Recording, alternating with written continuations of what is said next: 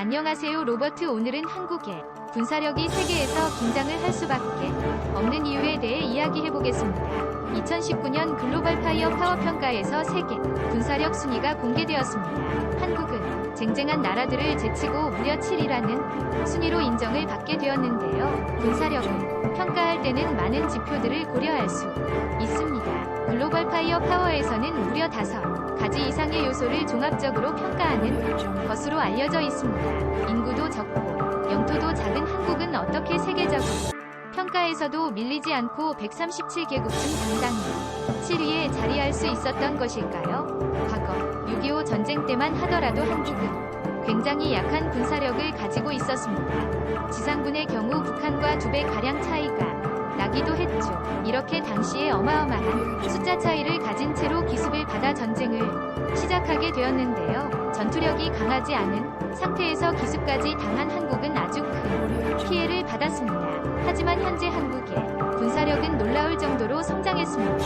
군사력뿐만 아니라 여러 부분에 있어 국가 자체가 큰 발전을 이루었죠. 세계적으로 이렇게 짧은 기간 내에 성장을 이룬 나라는 유일무이하다고 평가될 만큼의 성과였습니다. 그렇게 한국은 경제력을 바탕으로 최신 무기와 최신 기술들을 들여올 수 있었는데요. 우리나라는 여전히 휴전 중인 분단국가이기 때문에 군사력이 다른 나라에 비해 정말 중요합니다. 그렇게 한국은 6.25 전쟁 이후 무려 70년 동안이나 전쟁 대비를 준비해온 국가이기도 하죠.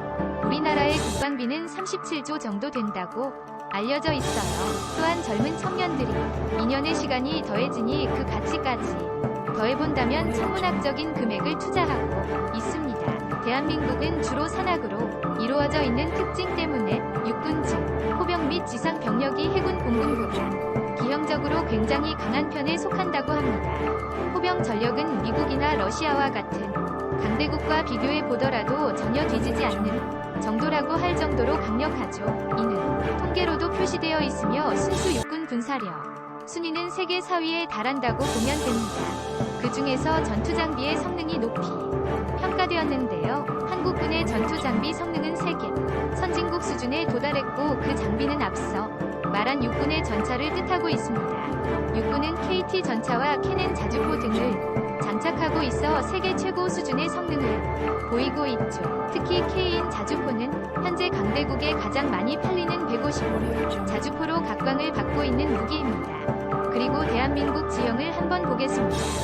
우리나라는 3면이 바다로 둘러싸여 있습니다. 때문에 해군력도 굉장히 중요한 부분인데요. 전투실 3면의 바다를 모두 방어해주는 이지스함을 보유하고 있으며 현재 4척에서 6척으로 2배 늘릴 방침을 가지고 있습니다. 게다가 잠수함 부대는 수직 발사 미사일 기능을 갖추고 있으며 이론적으로는 잠수함 발사 탄도미사일 탑재도 가능한 상태죠. 여기서 중요한 사실이 하나 있습니다. 한국은 세계에서 4번째로 크루즈 미사일을 자체 개발한 나라입니다. 수입이 아닌 자체 개발이 가능하다는 것은 말 그대로 무기에 대한 기술력이 뛰어나다는 것입니다. 순항 미사일이라고 들어보셨나요? 바로 이것이 한국의 군사력의 강점이라고 볼 수 있는 미사일입니다. 한국은 과거 미국과의 협정으로 인해 강력한 탄도 미사일을 개발할 수 없었습니다. 그래서 탄도 미사일 대신 순항 미사일을 독자적으로 개발해 왔죠. 이는 무게 제한만 있고 거리의 제한을 받지 않는 특징을 가지고 있습니다. 거리의 제한을 받지 않기 때문에 북한은 물론 일본, 중국, 러시아 등을 모두 위협할 만한 무서운 무기가 될 수 있었죠. 사거리 500km의 현무3의 사거리 1000km의 현무3 사거리 1500m의 현무-C가 대표적인 무기입니다. 현무-C의 경우 1500라는 어마어마한 사거리를 가지고 있는데도 불구하고 오차 범위가 고작 2m 밖에 되지 않습니다. 이는 현재 세계 최고라고 알려진 미국의 토마호크보다도 더 정확한 명중률을 자랑하는 최고 수준이죠. 현재 우리나라는 계속해서 순항 미사일 기술을 개발하고 있는데요. 앞으로 개발될 현무3의 경우 사거리가 3000km에 달한다고 합니다. 러시아의 심장부, 중국의 한복판 그리고 베트남까지 목표가 될 수 있는 거리입니다. 오차 범위가 매우 적어 마음먹은 목표물을 정확히 타격할 수 있으므로 이 미사일은 전 세계 강대국들을 긴장시킬 수밖에 없는 무기라고 외신들은 경계하고 있죠. 그리고 한국은 1년 전 미국과의 협정으로 인해 큰 제약이 있던 탄도미사일 개발 제한마저 풀어졌습니다. 한국 정부는 휴전이라는 상황을 어필하여 미국 정부의 재협상을 끊임없이 요구했고 트럼프 대통령은 북한을 견제하기 위해 이에 합의했죠. 때문에 현재 한국은 수준 높은 탄도미사일 자체 개발이 가능해진 상태이며 최고의 기술력을 가지고 있는 한국이 개발하는 탄도미사일을 방어하기 위해서 북한, 일본, 중국은 훨씬 더 많은 비용을 투자하여 뛰어난 무기를 만들어야 하기 때문에 긴장을 늦추지 못하고 있는 상태라고 합니다.